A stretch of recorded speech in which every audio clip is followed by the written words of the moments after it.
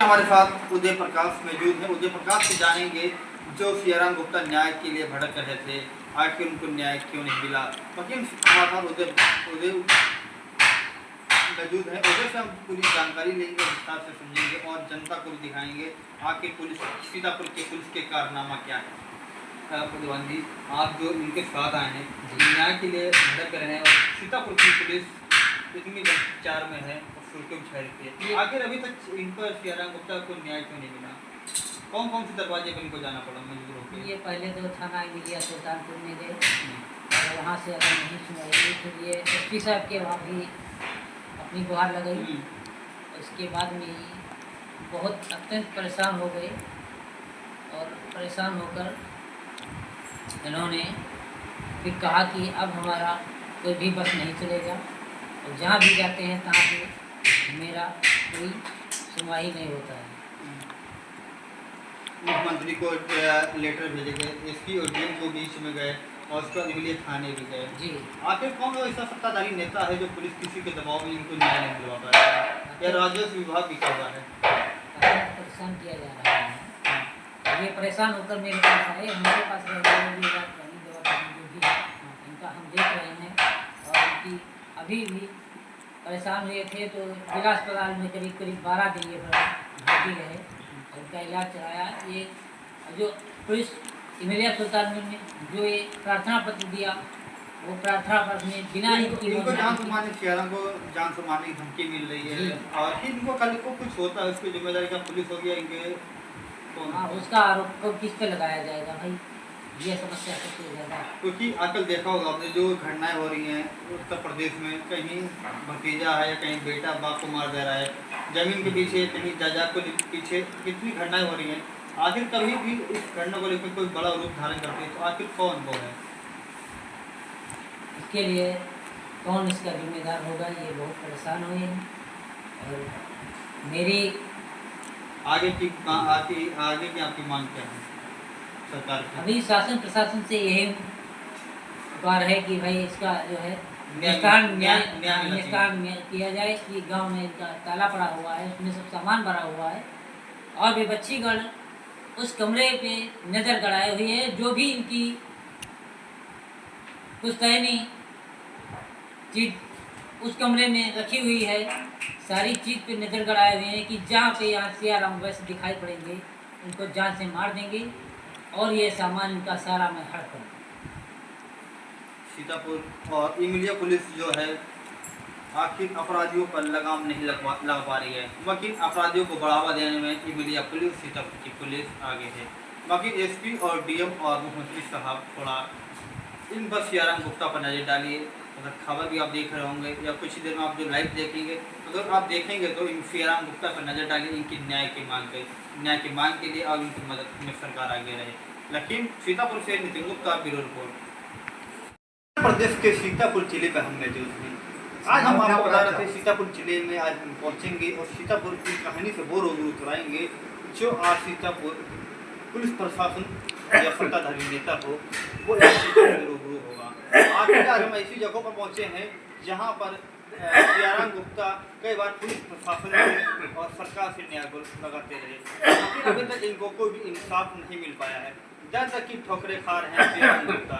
बाकी आपको बता दें मामला इनका घरेलू है और आपको बता दें कई बार इनने पुलिस प्रशासन को एटीजीएस और मुख्यमंत्री को भी ज्ञापन भेजा है, लेकिन अभी तक इनकी कोई सुनवाई नहीं। किस पर आखिर पुलिस क्यों नहीं कार्रवाई कर रही है? या कहीं को सत्ताधारी नेता मिला है या कोई विपक्ष नेता मिला है या फिर या पुलिस किसी के दबाव पर है या पुलिस को कहीं मोटी रकम पहुँच रही है? तो आइए हम आज इसी चीज़ों पर चर्चा करेंगे। यही आपको बता दें खबर को लेकर विस्तार से जानेंगे। और क्योंकि ये मामला अगर पुलिस प्रशासन भी देख रहा हो या मुख्यमंत्री देख रहा होगा फिर भी कान खोल ले ये महाभारत संग्राम है, क्योंकि सियाराम गुप्ता कई बार पुलिस के दरवाजे भी पहुंचे, कई बार सरकार से न्याय की गुहार लगाई, मगर अभी तक इंसाफ नहीं मिल पाया है। मगर इनको जान से मारने की कई बार धमकियाँ मिली हैं। आखिर कभी भी कुछ होता है, आखिर कौन होगा? पुलिस प्रशासन होगा या सरकार के कई सत्ताधारी नेता होंगे? इस चर्चों में हम दिखाएंगे महाभारत। आइए हम करते हैं सियाराम गुप्ता से कुछ खास बातचीत। क्या नाम है आपका? क्या नाम है आपका? सियाराम। अच्छा, क्या मैटर है, क्या दिक्कत आ रही है? आप जो सरकार से, पुलिस प्रशासन से न्याय मांग रहे थे, अभी तक आपको कोई न्याय नहीं मिला है। क्या क्या मामला है पूरा आपका? बोले, हाँ बोलिए। मैं सियाराम बैस, ग्राम वैलिया, थाना इमरिया, सुल्तानपुर, जिला सीतापुर का रहने वाला हूँ। मैं अकेला व्यक्ति हूँ। मैंने अपनी व्यवस्था देखते हुए बिना रुपये के अपनी जमीन जल प्रकाश बैस, हिंद प्रकाश बैस और उदय प्रकाश बैस के नाम इस शर्त पर रजिस्ट्री की। मेरा पालन पोषण पूर्ण देख रेख में किया करेंगे और स्वयं मैंने तीनों भतीजों रवि और इंद्र और उदय को नामों के रूप में 1-1 लाख रुपए भी बराबर मात्रा में दे दिए हैं। लेकिन जब शरीर मेरा कार्य करने के लायक नहीं रहा है तो रवि प्रकाश वैश्य और इंद्र प्रकाश वैश्य मुझे घर से निकाल दिया और मेरे द्वारा बनवाए गए मकान पूर्व ग्राम एरिया में है उससे निकाल दिया और मेरे कमरे में ताला डाल दिया और जान माल के मारने की धमकी दी और बोला कभी इसमें दिख गए तो जान से मार देंगे।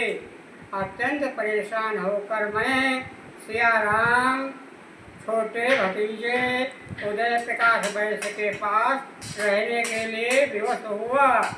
मेरी शासन प्रशासन से यही मांग है कि मुझे जल्द से जल्द और उचित न्याय दिलाने की कृपा करें। सियाराम गुप्ता क्या कहते हैं शासन प्रशासन से? सर मुझे न्याय दीजिए, मुझे इंसाफ दीजिए। आखिर इमलिया पुलिस क्यों बिकी हुई है? क्यों सीतापुर की पुलिस चर्चों में, मीडिया की सुर्खियों में छाई रहती है? आज हम आपको महाभारत संग्राम में दिखाएंगे कुछ ही देर में।